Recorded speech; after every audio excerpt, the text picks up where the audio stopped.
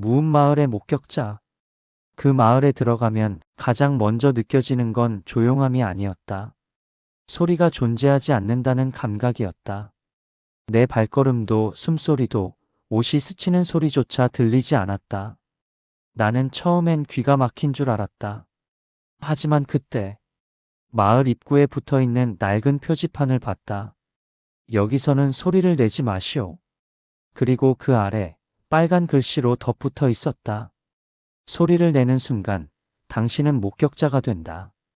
그 순간 내 뒤에서 누군가가 내 어깨를 두드렸다. 돌아보니 마을 주민 한 명이 입술을 찢어질 듯이 벌리고 웃고 있었다. 그는 말하지 않았다. 대신 손가락으로 내 목을 가리키며 천천히 자르는 신용을 했다. 내 이름은 오지훈. 경찰청 실종사건 전담 수사관이다. 내가 이 마을에 오게 된 건 한 건의 실종 신고 때문이었다. 실종자 김아린, 17세, 고등학생. 일주일 전 친구들과 캠핑을 간다고 집을 나간 뒤 연락 두절. 휴대폰 위치 추적은 마지막으로 청림리라는 산골 마을에서 끊겼다. 산으로 둘러싸여 있고 들어가는 길은 사실상 하나뿐. 게다가 마을 전체가 통신 음영 지역으로 표시돼 있었다.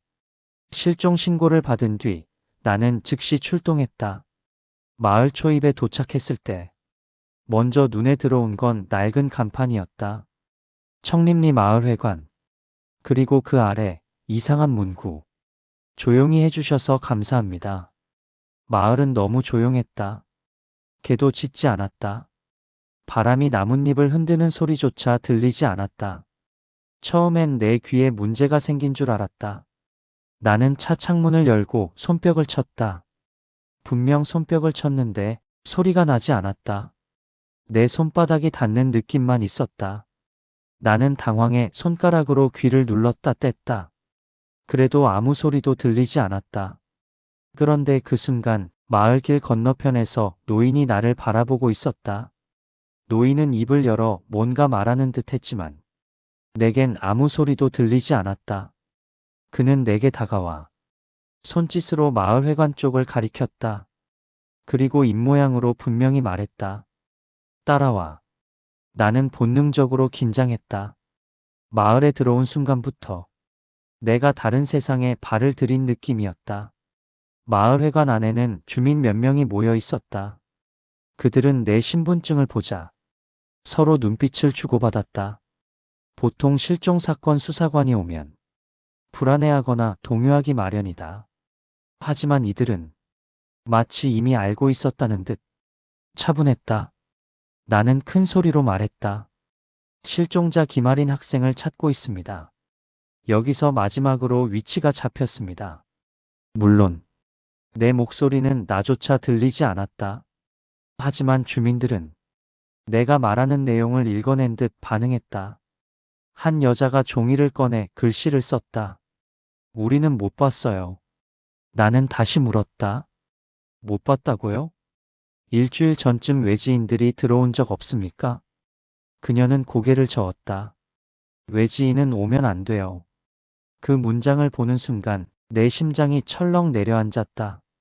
오면 안 된다? 그때 마을 이장이 나타났다. 그는 손짓으로 나를 조용히 앉히더니 종이에 천천히 적었다. 이 마을 사람들은 청각장애인입니다. 나는 그 문장을 보고 어이가 없었다. 이 많은 사람들이 전부. 하지만 그 순간 나는 깨달았다.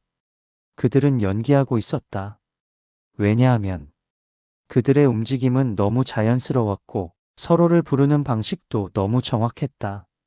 청각장애인이라면 소리 대신 시각 신호에 의존해야 한다. 그런데 이들은 서로의 등 뒤에서 불러도 즉시 고개를 돌렸다. 나는 마을 이장에게 종이를 내밀었다. 당신들 진짜 청각장애인이 아니죠? 이장은 내 글을 읽고 잠시 멈칫했다. 그리고 웃었다. 입꼬리가 이상하게 올라갔다. 그는 다시 종이에 적었다. 여기서는 모두가 조용해야 합니다. 그게 규칙입니다. 나는 즉시 주변을 둘러봤다. 회관 벽에는 큰 종이가 붙어 있었다. 청림리 생활 수칙 1. 소리를 내지 말 것. 2. 외지인과 불필요한 접촉 금지. 3. 밤 9시 이후 외출 금지. 4. 규칙을 어기는 자는 공동체에서 제외. 마지막 문장이 특히 섬뜩했다.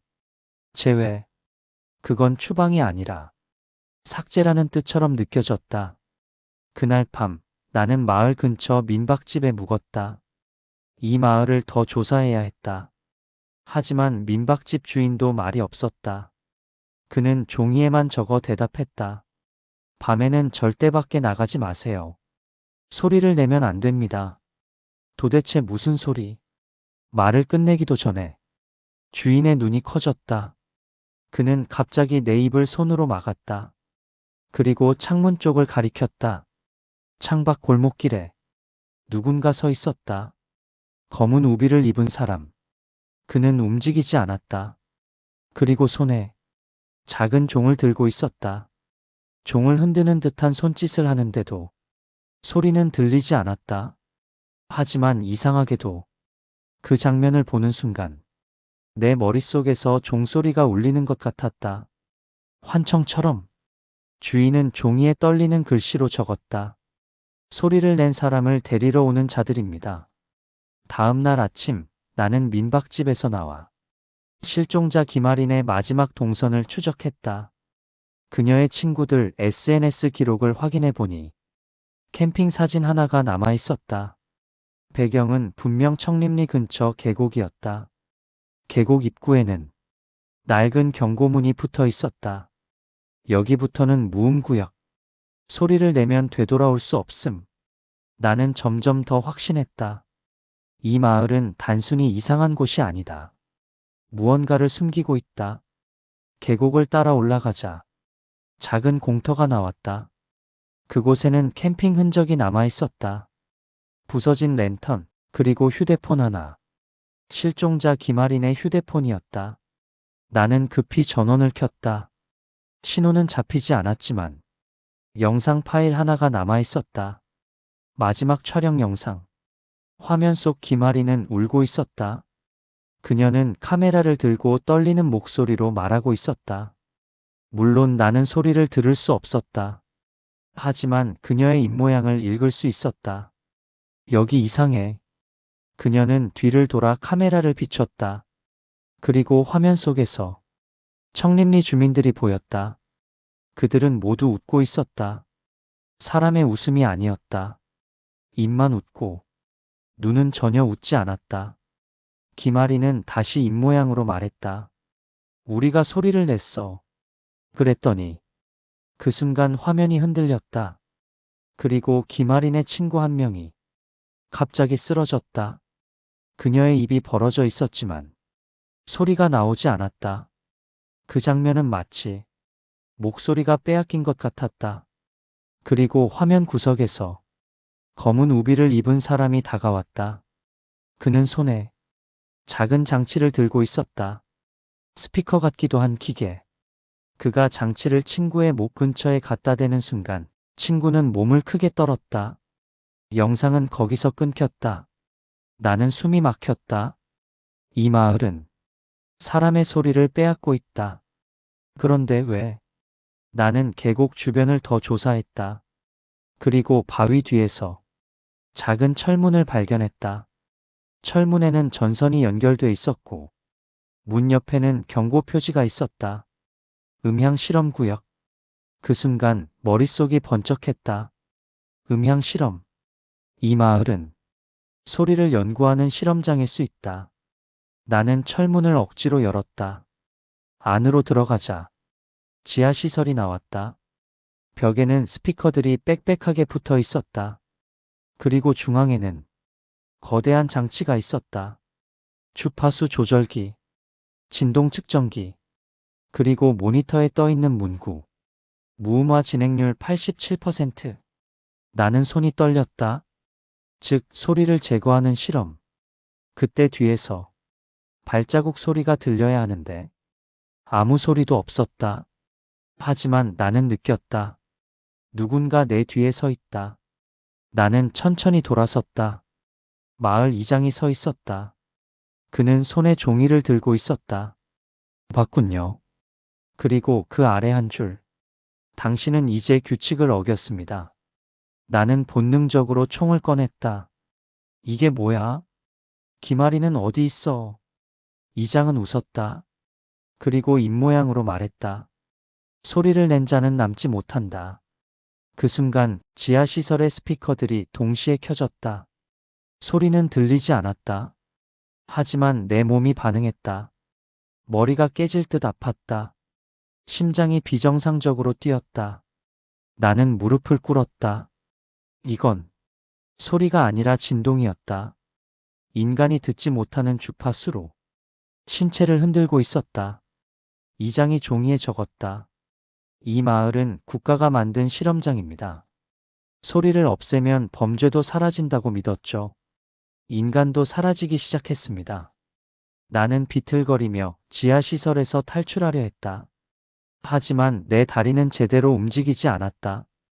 그때 철문 안쪽에서 사람 하나가 끌려 나오는 게 보였다. 김아린이었다.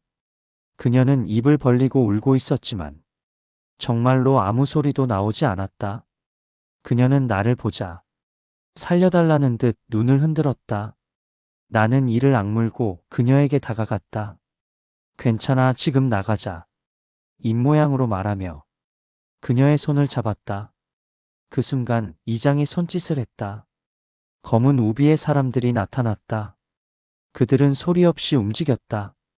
그들은 내 목을 잡고 내 귀 근처에 작은 장치를 갖다 댔다.